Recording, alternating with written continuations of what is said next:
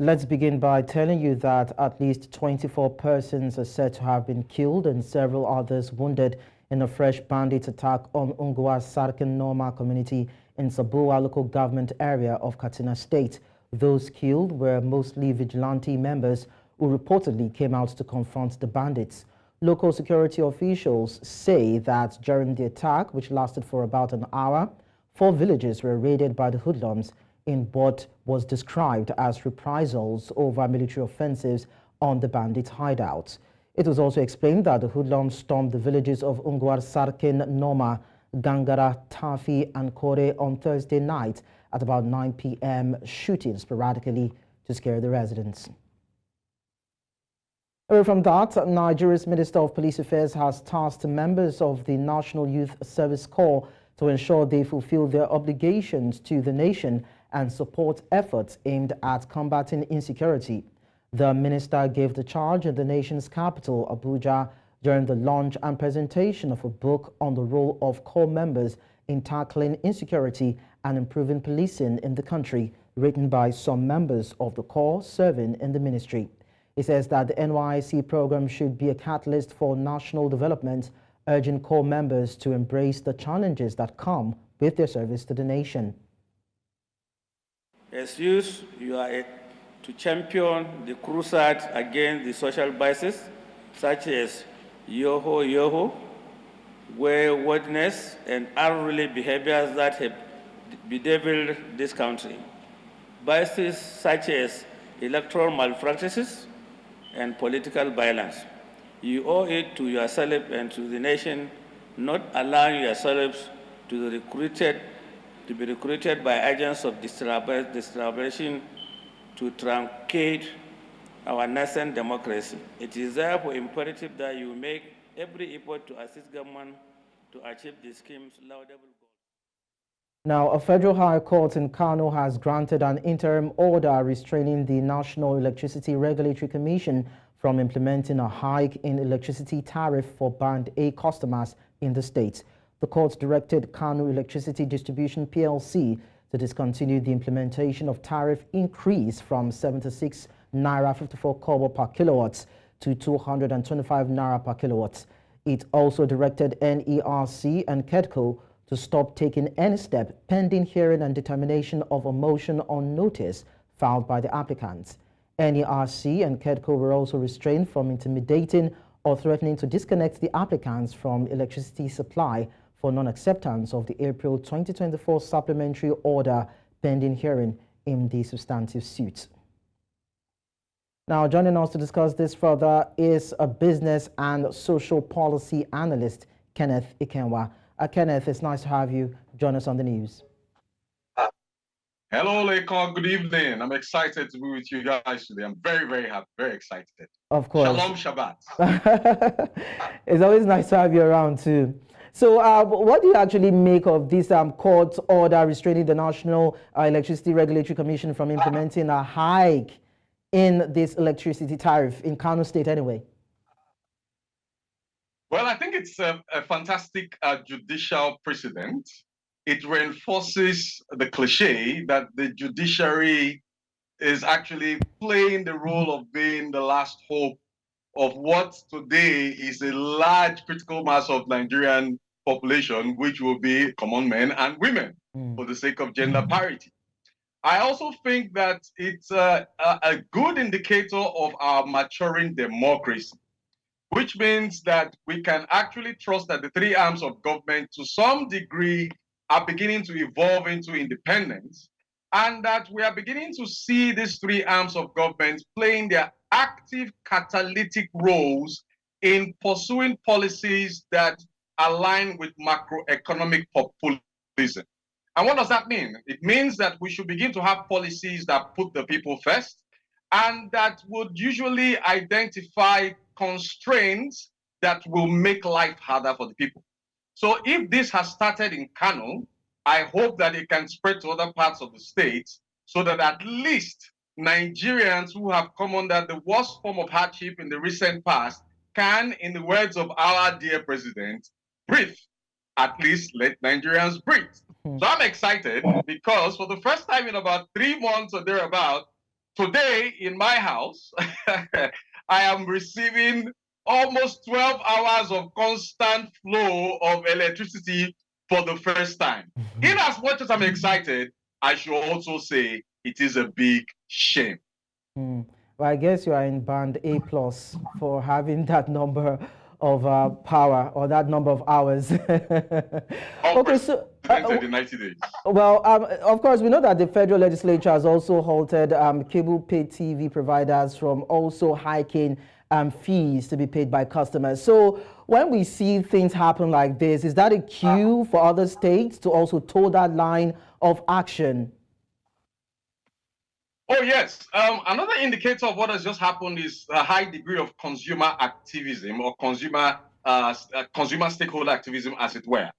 Now, we hope, and I hope, not speaking for any particular state or for any particular region, that this action will be a benchmark for other regions, and other consumers and different stakeholders across the length and breadth of Nigeria should be able to borrow from this and take this precedent and have it enforced across different parts of the Federation.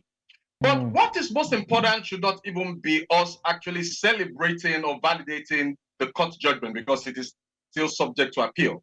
What we need to actually look at is what is wrong. Where are we? Where should we be? And how should we get there?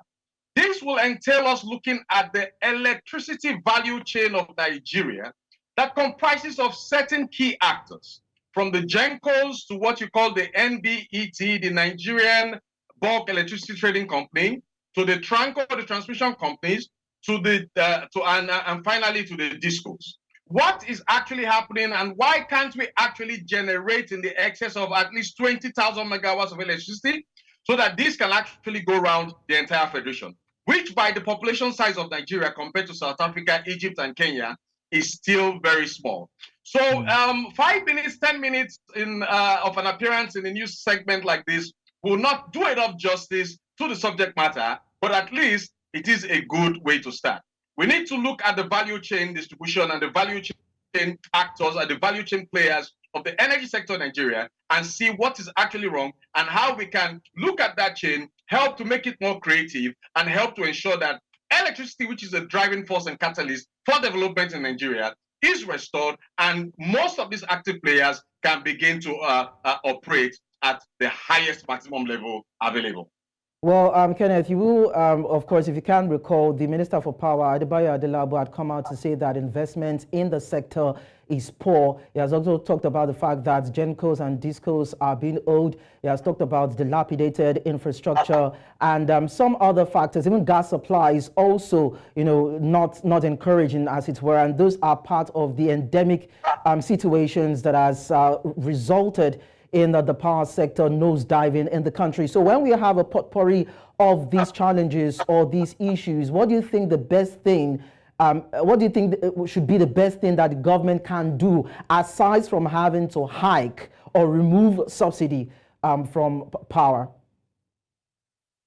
You couldn't have said it any better. Away from the potpourri of factors that are responsible for where we are now, it is very important that we highlight the role of the Nigerian Electricity Regulatory Commission in the morass that we have found ourselves as a country. Now, the argument is dialectical, which means there is an argument for and there's an argument against. An argument for the NERC having been a regulatory commission that has made things better. There is also another side to the argument that says the NERC is actually facilitating the profiteering of GENCOs, of DISCOs, of the TRANCO in this quagmire and leaving the majority of Nigerians in darkness. I think the most important thing that we can do and the government can do to get us from this exploitative dimension we find ourselves, where some people are enjoying selective electricity reception or distribution and others are left in the darkness, is for us to be more creative and to escalate a commitment on investments in critical assets that will optimize electricity generation, electricity transmission, electricity distribution, and every other thing that comes with the value chain. Now, other countries have gone ahead of Nigeria, which begs the question of what we have been doing with investments in that sector since the Obasanjo government that committed some $16 billion into that sector and only succeeded in unbundling NEPA into PHCN and other things that we enjoy today. We can resort to other sources of electricity, not just hydroelectricity. We have a lot of sunlight, abundance of sunlight in Nigeria, which will give us, light, solar electricity. We have a lot of wind. We have a lot of energy that is passing through our highways. Now, people are reinventing technologies in countries whereby the energies that are being transmitted by even cars through the motorways are harnessed and converted into megawatts and distributed across different areas as electricity. So what we should be emphasizing now is a shift in paradigm that takes us away from our exploitative tendencies and brings us into a more creative cauldron, a more creative segment, a more creative paradigm that will mean that there will be social efficiency in the sector and there will be, the mass enjoyment of this critical resource by all Nigerians. But these alternatives, Kenneth, these alternatives that you mentioned, they're actually capital intensive, don't you think? Sorry, I beg your pardon. I said the alternatives that you mentioned, solar, wind, okay, of course, we have hydro and some other alternative sources of energy. Don't you think they're capital intensive for this region? What is not capital intensive? Everything has to be capital intensive. And when you look at the corruption that is going on in Nigeria, it's also capital intensive. There's a lot of capital flight in Nigeria. A lot of investments that we hear are started and go off the radar, and we never hear of that again. Right. We must invest in infrastructure if we want to prepare for the future. Okay, Nigeria cannot be future ready if we are not energy ready. So whether they are capital intensive or not, the government continues to subsidize electricity. I do not know who is benefiting from this subsidy in these value chain actors. I thought we would go into that, but time may not permit. If you are claiming you are removing that subsidy, then give that subsidy out as loans or bring in a PPP, a public-private partnership strategy into the sector so that we can have PPP arrangements for those that will invest in these sectors, in the energy sector. I also feel that the different state governments should take advantage of the bill that was signed by the former president in his administration that now allows states to generate their own electricity. So instead of investing in elephant projects, investing in roads that will not last the test of time, let us now invest in electricity so that we can increase national productivity, increase our economic growth, and increase the general happiness of Nigerians. So being capital invested shouldn't be a problem. It is futuristic and it is for the multiplier effect and benefits of all and sundry. Okay, well, I guess these investments are seen, part of the investments are seen, the Nigerian government had about 625 megawatts to the national grid. We have about 4,800 megawatts right now. But then, Kenneth Ekenwa, thank you so much for your time on the news. We appreciate that. Think that if we as a we appreciate that, Kenneth. We can't go further than this, all right? I'm just letting you know. Thank you. Let's move on now. Nigeria's Naira has seen fluctuating recovery against the US dollar in the last few weeks, but prices of goods, particularly food items whose high cost was blamed on the decline in Naira, have not reciprocated. News Central's Jude Bella went out in Abuja, the nation's capital, in search of answers. His report. The Central Bank of Nigeria has been rolling out new policies in an effort to stabilize the value of the Naira as the country battles record-level inflation. These efforts, which include combating the activities of foreign exchange speculators as well as illegal bureau de change operators, appear to be yielding results. The Naira has risen above the February 2024 lows, where $1 sold for over 1,800 Naira. Now, the currency sells for about 1,200 Naira, sometimes even crashing to below 1,000 Naira in the official window. But has this affected the prices of goods in the market? Reporting from the Federal Capital Territory, Abuja, we are here in Wuse Market to talk to marketers to find out how this inflation thing is still a topic for discussion, even though the Naira has risen against the dollar. So let's head over to the market and talk to a few people. Bag of gari, now it depends the gari on gari. You know, we have different gari. There's the one they are selling at 5,000.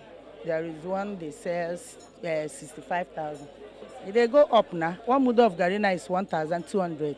I don't know what concerns dollar and the Nigeria good. So like this gari is what we produce gari in our country, produce beans in our country. What concerns dollar and the naira, they are not importing rice, gari, they are not importing beans. So I don't know, every time dollar and naira. Maybe I will ask you the connection between two of them. Because the gari, we are producing it here. Beans, the same thing. They say one big man that has big company, I don't want to mention his name. They say he enter bush. So Kilian, when he entered any farm, he will just pay them. They will uproot the gari, use it to do flour. So because of that, I don't know, but this is what we heard. Now a mudu of beans now is 2,200 naira. Beans of 700, 800 before. Now 2,200 naira, one mudu of beans. One bunch of ugu before is 2,005. Now one bunch is 8,000 naira. Before this ugu is 100 naira. Now before 100 naira. Now it's 200 naira. This one they scarce too because they use fertilizer. There is no fertilizer. They use import fertilizer. It's Politan now because empty rubber go off. Now before they say 5,500. Now because empty rubber do go high. Now 7,065 they sell. So red oil, all this oil it don't go off. Now only red oil day down 3,700, 3,800. This egg, if you buy yesterday buying 3,000, so 3,500. So maybe tomorrow, honest tomorrow, you go see 3,600. Every day they go up now. This kind of price be like dollar price. So just the thing they raise off, come down, raise off, come down. Understand? This is not, I'm not saying nothing about dollar. You understand? Because we are producing inside our country. So no need to compare this one and dollar. Right now we are selling this one 4,045. Yesterday we are selling less than that. Today is the thing go off. Just we are taking this like just time. We are not have standard price. You understand? Today you can fee buy 40,000. Next tomorrow go fee buy 35 or 30. 3,000 the baskets.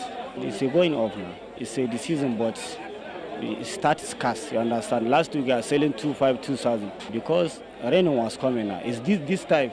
It's for dry season this time when we are seeing. So dry season is moving now. This no compare about dollar. You understand? Just how do you get it the kaya and then how you can sell it. How we get it, how price will be. Always we are going market. When we go market, anything when you see you can take it now. If they are bring it plenty, price will come down. If the things scarce, price off. Just that is the solution. This one they sell on 3,000. It they go up. You know say no be the season now. Okay. It they go up now. Okay. That is why. Yeah, I'm done the expensive. Before this one now, I feel sell on 1,500, 2,000. But now it passed like that. Nothing concern dollar with him. No be dollar issue with this one. You know say yam season no be. I tell you say no be dollar. They control all the now all those fuel issue. Now they increase everything. No be dollar. Most producers and distributors of goods and services had blamed the high exchange rate for the astronomical rise in prices of goods in the market. However, against the backdrop of the positive stability being witnessed in the foreign exchange market in recent weeks, the National Bureau of Statistics reported a further rise in inflation with a headline rate of 33.2% in March. Food inflation rose to 40.02% from 37% in that same period. Now, the marketers are saying the dollar is not to blame, but fewer prices. So where do we go from here? Is there hope for a return to normal for the average Nigerian? Even though the cost of transportation remains high as a result of the increase in fuel pump price, some experts believe that the appreciation in Naira will take some time to kick in before it begins to reflect in the prices of goods and services, especially because the majority of consumer goods in circulation were produced or imported when the dollar was about 1,500 Naira or more. Well, as we continue to join the optimists in believing that the monetary policies being rolled out by the Central Bank of Nigeria will help fix Nigeria's economy, there's just this one big question. How long will it take before it begins to reflect positively on the life of the average Nigerian. Thank you so much, Jude Bella, for that detailed report. You're watching News Central now. We go on a short break. We'll be back in a bit. Many thanks for staying with us. Now, following the recent pronouncements by the Abia State government that it had offset all outstanding arrears of pensions, the government has been called upon to capture the arrears of those pensioners who died without being paid. The Nigeria Labour Congress in Abia State and families of the deceased demand that all that accrued to their relatives while alive be made available to their next of kin. News Central's Chumogele reports. On May 1, 2024, the Abia State chairman of the Nigeria Labour Congress, Comrade Ogbonnayo Okoro, requested Governor Alex Otti to include the families of the deceased pensioners in the payment list. Bearing in mind that the pension ended at the point of death and of pensioner, we therefore request that the accrued pension of these officers, which would have been paid while they were alive, should be paid to their next of kin. Between 2014 to 2024, some pensioners passed away whilst agitating for the payment of their old pension. Although deceased, some believe that it is only fair that the government pays their families or whoever is the next of kin all the entitlements. But Governor Alex Otti says he has cleared all arrears of pensions in the state. This was following a template agreed upon with the relevant stakeholders, which saw the government pay out close to 10 billion naira to our senior citizens. Mrs. Ocha Idika Ocho is a widow whose husband retired from active service many years ago, but unfortunately died in 2023. So those of us who lost our relations, even women also, we gathered around and we were worried, and we said, why should such announcement be made that they have cleared the pension arrears while our relations or husbands who suffered as a result of non-payment of pension have not been paid. She expresses disappointment at the non-inclusion of her family in the pension arrears payment by the government. I'm surprised. I don't know that is this government that will, do things that way, because it is as a result of non-payment of this pension that some of the pensioners die, which I know. Because if my husband was being paid pension, full pension regularly, he could have been taken to the hospital earlier. Just like Mrs. Ocho, Carlo Chukwemeka Edwin is son to a deceased pensioner who was not also considered for payment of pension arrears of the father, even as he is still hopeful that the anomaly will be corrected. Abia State Pensions, but they told us that having passed on and before he passed, that he collected for about 5 years, that is long overdue, that is no longer entitled for any pension anymore. Yeah, that's the only thing that we can go for is a gratuity. As the affected families continue to hope for the government to do what is expected of them, their prayer is that their situation will not affirm the popular saying that the dead is the loser. In Omar Hefonu Central, Chinwe Ugele. Nigeria's federal government has warned non-performing centers of excellence under the sponsorship of the Tertiary Education Trust Fund that it will suspend their funding support. Nigeria's Minister of Education made this known in the nation's capital, Abuja, while receiving a report of the assessment and review of the centers under the Fund and Skills Development Special Intervention. The minister opposed the submission of the report, which recommended that all non-performing centers of excellence should be given a 6-month grace period to help them refocus on achieving their core mandates. This country and any other country actually makes progress through scholarly researches and intellectual activities of its scholars. So it was well intended for the TED Fund to support this activity in all the universities of Nigeria that so deserve this. So we will look at this carefully and see to it that only centers that justify the name will continue to receive funding. And I've heard the chairman's more or less of an appeal in in the recommendation about moratorium for those that are not doing well and that sort of thing.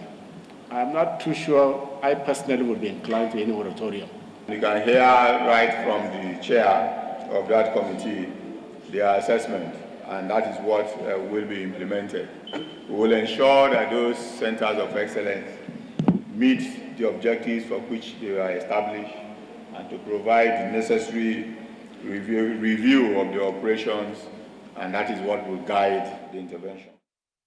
Away from that, the Court of Appeal has granted an ex parte motion for stay of proceedings filed by the Economic and Financial Crimes Commission against the contempt proceedings initiated by the former Kogi State Governor Yahaya Bello against EFCC Chairman Ola Olukoyede, presided over by Honorable Justice Joseph O.K. Oyewole. The Court of Appeal has given its nod to EFCC's application to serve the processes in appeal through substituted means on the former governor.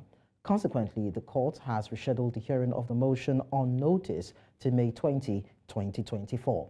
The FCC chairman, who faced a summon to appear before the Kogi State High Court on May 13, 2024 to justify his actions and potentially face imprisonment for alleged disobedience of court orders, swiftly appealed the trial court's ruling and sought a stay of the proceedings. Earlier, Executive Director, Sterling Center for Law, Deji Ajari, shared his thoughts on this. Has conducted itself in a contemptuous manner. Okay. My reasons are simple, and like I said, this is based on information available to me. Yes, indeed, there was an order of a Kogi State High Court prohibiting the EFCC from arresting the governor, but that order did not preclude the EFCC from filing charges against the former governor of Kogi State, nor did it preclude the EFCC from serving on the former governor the charges that have been filed in court. And to the best of my knowledge, I think all the EFCC tried to do with former governor Yahaya Bello was to serve the charge on the governor, and efforts which were prevented by the governor and aided by the prevented by the former governor and aided by the current governor. Now, the management of OSUN State University Teaching Hospital, Osogbo, has declared the mortuary of the hospital congested with unclaimed bodies. It subsequently gave 14 days for relatives who have corpses in the mortuary unit of the hospital between January 2019 and June 2023 to come and retrieve them. The hospital noted that it would resort to mass burial of all unclaimed bodies after 14 days of the announcement as an alternative to decongest the mortuary. Away from that, the International Labour Organization says that millions of workers are at serious risks due to effects of climate change and changing weather patterns. This was in a symposium in Abuja where the ILO says that 2.4 billion workers are likely to be exposed to excessive heat during work, 1.6 billion exposed to UV radiation, with about 19,000 work-related deaths now recorded annually due to skin cancer. Amadine Uyi tells us more. Every thriving economy is built on the sweat of workers and their commitment to their duties. Thus, safety and health in the workplace cannot be overemphasized. Safety is everyone's responsibility. It's the responsibility of the government, employer, and workers. All have that responsibility.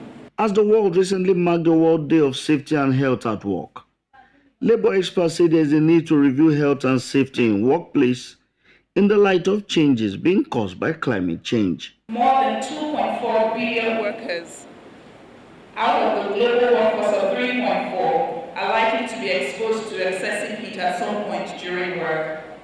However, the impact of climate change on workers goes well beyond exposure to excessive heat, creating a cocktail of hazards which results in a range of dangerous health conditions. It reveals numerous health conditions in workers have been linked to climate change, including cancer, cardiovascular diseases, respiratory illness, kidney dysfunction, and mental health conditions. Climate change is a pressing issue that affects us all, but it can have particularly serious consequences for the health and safety of workers. Rising temperatures, unpredictable weather patterns, and increased pollution all contribute to a challenging work environment. They also call for the adaptation of workplace policies, integrating climate consideration so as to protect Nigerian workers. I urge the government of Nigeria to continue to integrate climate considerations into national health strategies actively. This should include the enhancing of resilience planning, improving health surveillance, and investing in education and infrastructure that require vulnerability to climate impacts. Let us take decisive action together to adapt our workplaces, protect our workers, and build a resilient future. The Federal Ministry of Labor and Employment is fully committed to leading the change in this endeavor. We are actively engaged in formulating policies and guidelines that integrate climate resilience into occupational safety and health practices. With the theme for the symposium, Impact of Climate Change on Operational Safety and Health, stakeholders here are calling for proactive measures to save the lives of workers. In Abuja for News Central, I am Amadine Uyi. Coming up on the news, young first-time voters express hope, concerns ahead of Chad's presidential election. Details of this and others will come your way shortly. Please stay with us.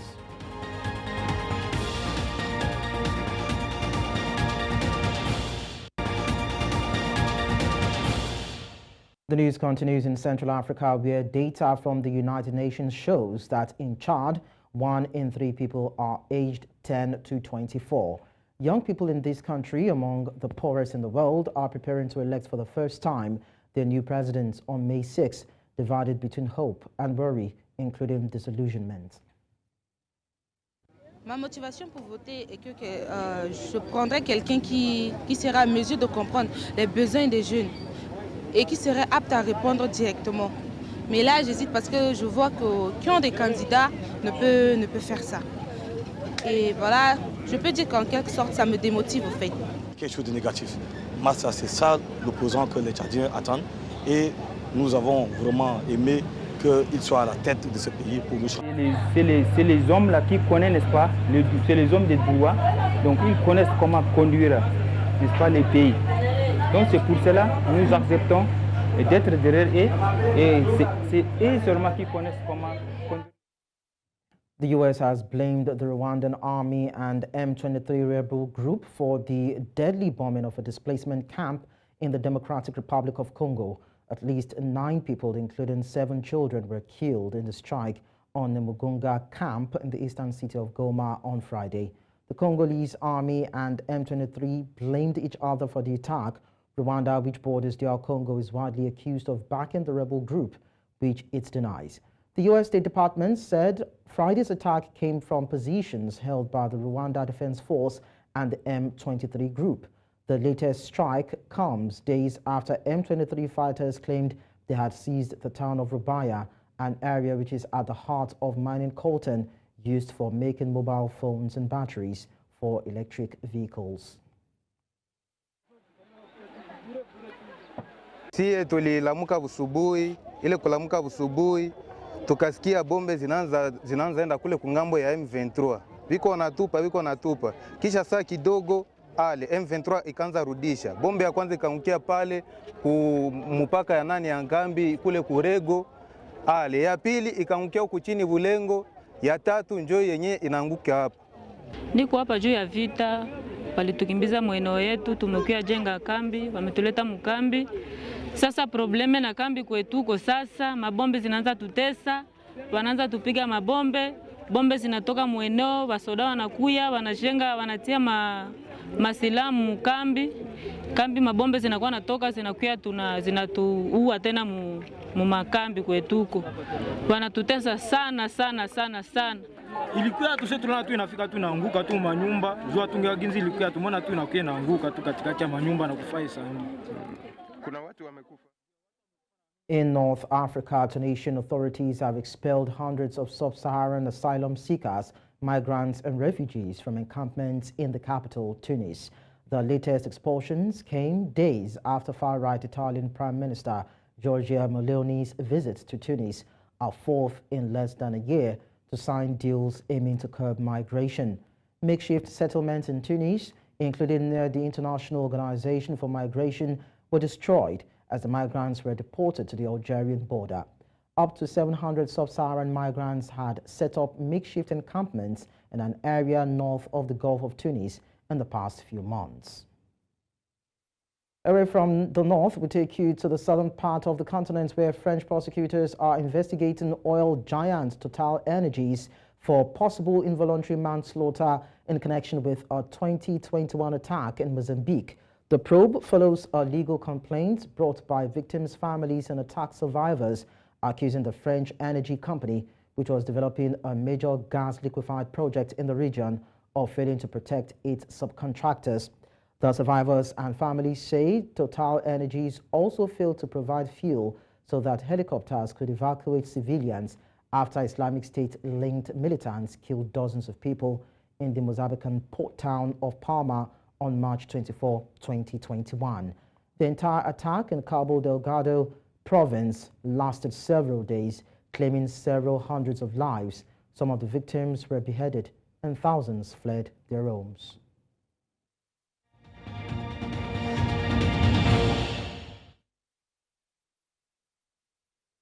And from the shores of Africa, we tell you that Russia has added Ukrainian President Volodymyr Zelensky to its list of wanted criminals, a move Kyiv dismissed as a sign of Moscow's desperation.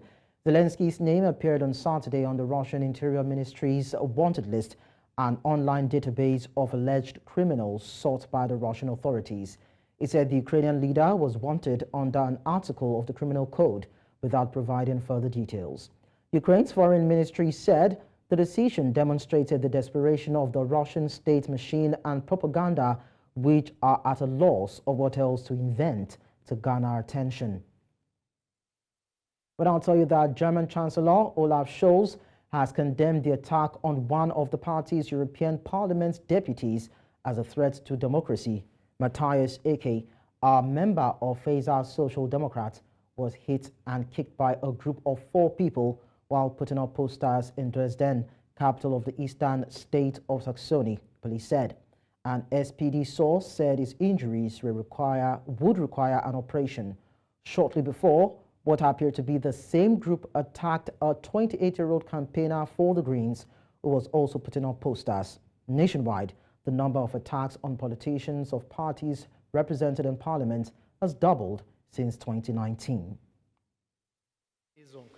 Und dass das verkraftet, was ja auch als Schrecken in sein Leben hineingekommen ist.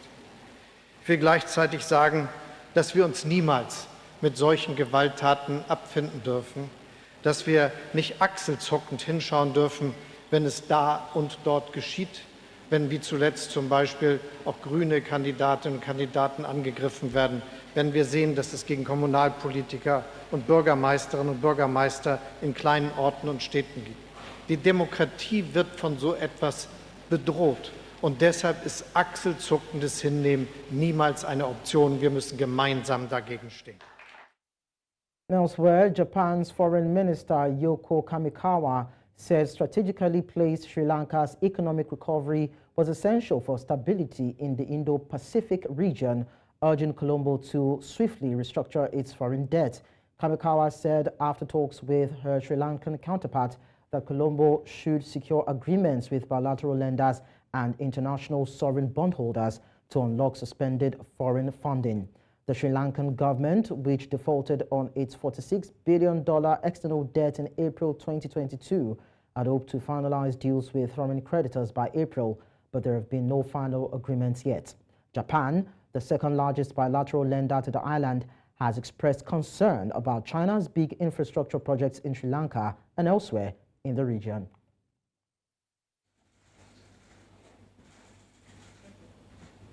Japan has been providing various grant aid projects in a manner that meets the needs of the Sri Lanka people.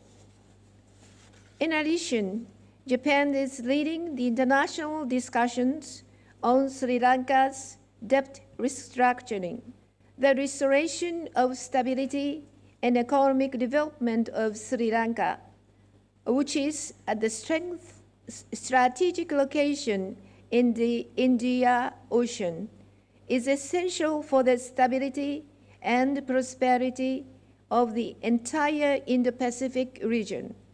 I also conveyed Japan's intention to further support Sri Lanka's development by swiftly resuming existing. U.S. President Joe Biden took pointed digs at election rival Donald Trump on Friday as he awarded the country's top civilian honor to Democratic allies, including former House Speaker Nancy Pelosi and Vice President Al Gore. Biden said the veteran Pelosi had defended democracy during the January 6, 2021 assault on the U.S. Capitol by a mob of Trump supporters enraged by the Republicans' election loss a few weeks earlier. He said Gore was amazing for accepting his own disputed election loss to George W. Bush in the year 2000 for the sake of the country. The comments came as 81-year-old Biden presented them with the Presidential Medal of Freedom in a ceremony at the White House. Michael Bloomberg has revolutionized our economy. He's transformed how we consume information. He's changed us. He's challenged us as well to solve the toughest challenges, from gun violence to climate change. As the first Asian actor to win an Oscar as Best Actress, she bridges cultures not only to entertain, but also inspire and open hearts, and that's what she keeps doing. Congratulations. This guy, Al Gore, has demonstrated a love of country and showed the world how to lead. John Kerry was a patriot of the highest order. I can personally attest that my dear friend has as much moral courage in his pursuit of American politics as he did physical courage that earned him a Silver Star in Vietnam. You're the real deal, John. Nancy is a brilliant, practical, principled, and determined leader. Her accomplishments are overwhelming, and I predict, and I've said this to her for a while, history will remember you, Nancy, as the greatest Speaker of the House of Representatives ever.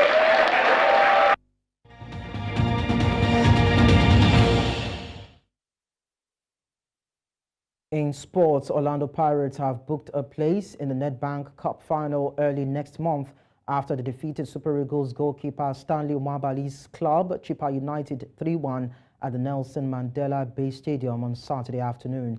Cabello Lamini netted a brace of goals as the Buccaneers, the competition's defending champions, gave themselves a shot at becoming the first back-to-back National Cup champions since SuperSport United in 2015-2016 and 2016-2017 season. The win continues Pirates' outstanding form of late, with the team racking up 6 successive victories across all competitions and scoring 21 goals in the process. While Umabali's team has been knocked out, Olisanda, another Nigerian with Pirates, is through to the finals.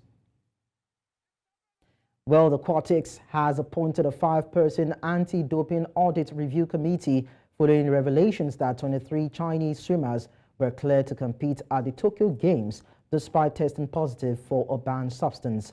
The decision comes after the World Anti-Doping Agency stated it was not in a position to disprove the assertion from the Anti-Doping Agency of China that the athletes had unintentionally ingested the prohibited heart medication trimetazidine. In a letter sent to member federations, the governing body of the World Swimming said the goal is to enhance understanding of the anti-doping review and decision-making process within its federation as it concerned the case. Miguel Cardenal, Ken Lalo, Annabel Williams, Florent Manodu, and Fernando Pocenti have been appointed to the committee. We also tell you that world number 2 and reigning Australian Open champion Jannik Sinner has announced his withdrawal from this week's Italian Open in Rome as continues to manage a hip injury. However, the 22-year-old Italian has reassured fans that he is working closely with doctors to ensure his readiness for the upcoming French Open. Sinner captured his first Grand Slam title earlier this year at the Australian Open in Melbourne, cementing his status as one of the favourites for the Roland Garros tournament, which begins on May 26. Following its breakthrough triumph down under, the rising star claimed further titles in Rotterdam and Miami before being forced to pull out of the Madrid Open last week due to his lingering hip issue after reaching the quarterfinals. And that's all on the news at this hour. Before we go, we quickly take a look at our top stories again. Bandits have raided Katsina community, killed 24 persons. Young first-time voters have expressed hope, concerns ahead of Chad's presidential election. We also told you that Tunisian police have evacuated hundreds from migrants' camp. You can send your eyewitness report to the WhatsApp number and email on your screen. While you do that, follow us on social media. We are at News Central TV. Also watch News Central TV live on DSTV channel 422, Star Times channel 274, Avo TV and YouTube. Many thanks for watching. I am Lekon Mabanjo.